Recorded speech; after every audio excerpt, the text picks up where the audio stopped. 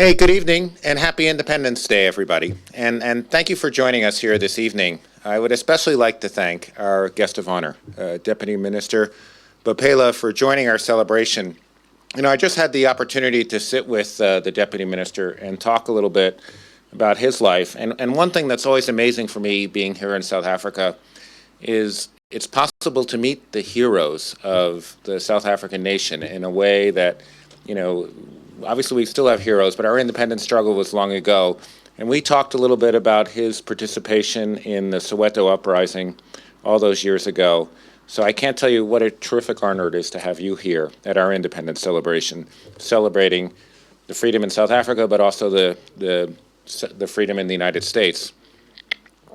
Look, as with so many other special occasions this year, the pandemic has prevented our traditional celebration of the 245th anniversary of U.S. independence. We'll have some glitches as the night goes on, but we did want to mark this event.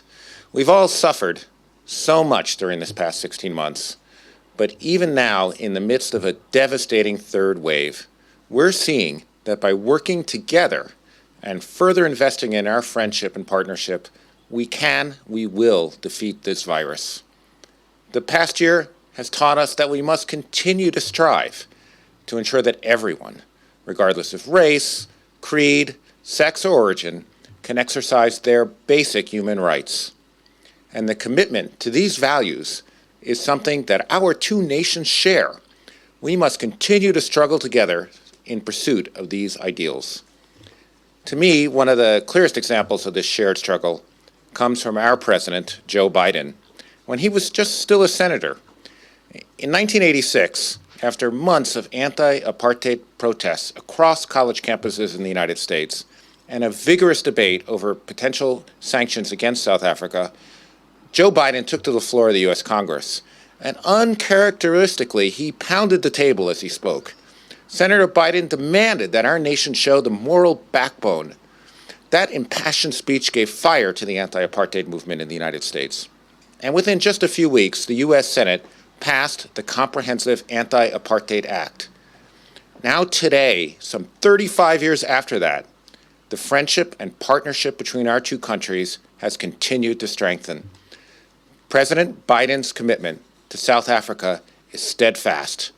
He again demonstrated that this week, announcing the donation of 1 million additional vaccine doses from the United States for the people of South Africa.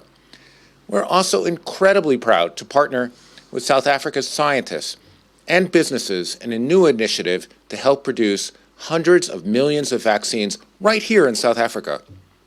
Just yesterday, the United States and our international partners from the World Bank, from Germany, from France, announced a new deal with Aspen Pharmacare that will be a game changer for South Africa and for the continent. Our partnership with this world-class South African company will help Aspen scale up its production to produce more than 500 million doses, 500 million doses of the Johnson & Johnson vaccine by the end of 2022. Every one of the 220 million doses produced this year will stay here on the continent, with 30 million going directly into arms here in South Africa, enough to vaccinate half the country. These recent announcements closely follow our public support for waiving intellectual property protections for the COVID-19 vaccine. Following the lead of South Africa, the U.S. will now actively participate in text-based negotiations at the World Trade Organization. Our goal, President Biden's goal, is to get as many safe and effective vaccines to as many people around the world as possible, and to do that as fast as possible. That's just a small part of the cooperation between the U.S. and South Africa in the face of the pandemic.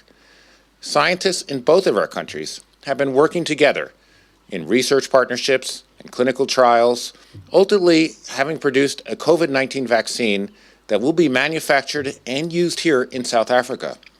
We've invested more than R1 billion in South Africa in fighting this pandemic. Working with the South African government and other partners, we've helped to establish field hospitals in underserved provinces, provided hand washing stations and schools across the country, strengthened the supply chain to ensure efficient vaccine distribution, and provided 1,000 ventilators to treat the South Africans who need the help the most. We all know, and President Biden has said this himself many times, the pandemic is not under control anywhere until the pandemic is under control everywhere. And we will only overcome this illness by working together. That's why the United States has invested so much in fighting COVID-19 in South Africa, and why we've invested over 100 billion rand. Yes, let me say that again, 100 billion rand through PEPFAR in supporting the health of South Africans since 2004. And this is why we continue to lead the world in pandemic assistance, working with COVAX and other multilateral partners to pledge hundreds of millions of vaccines doses to countries around the globe. The core values that we share as Americans and South Africans, values of innovation and ingenuity and leadership and fundamental decency, are what binds our two countries together so closely, and what ensures that our partnership will be the deciding factor in putting an end to this pandemic and furthering our friendship in the decades ahead. Of all holidays, Independence Day is perhaps the best for reflecting on where we've come from, where we're going, and what matters most. From our shared struggles for equal rights to our deep core values and our shared culture, the friendship between the United States and South Africa has only strengthened with age. I'm certain that our partnership will continue to improve as we work together on common challenges and strive to uphold our shared ideals. These may be difficult times here and around the world, but I'm certain that we will emerge stronger together. Thank you.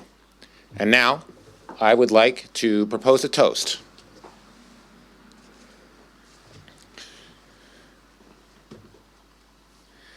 Here's to the independence of the United States and the friendship between our two great nations.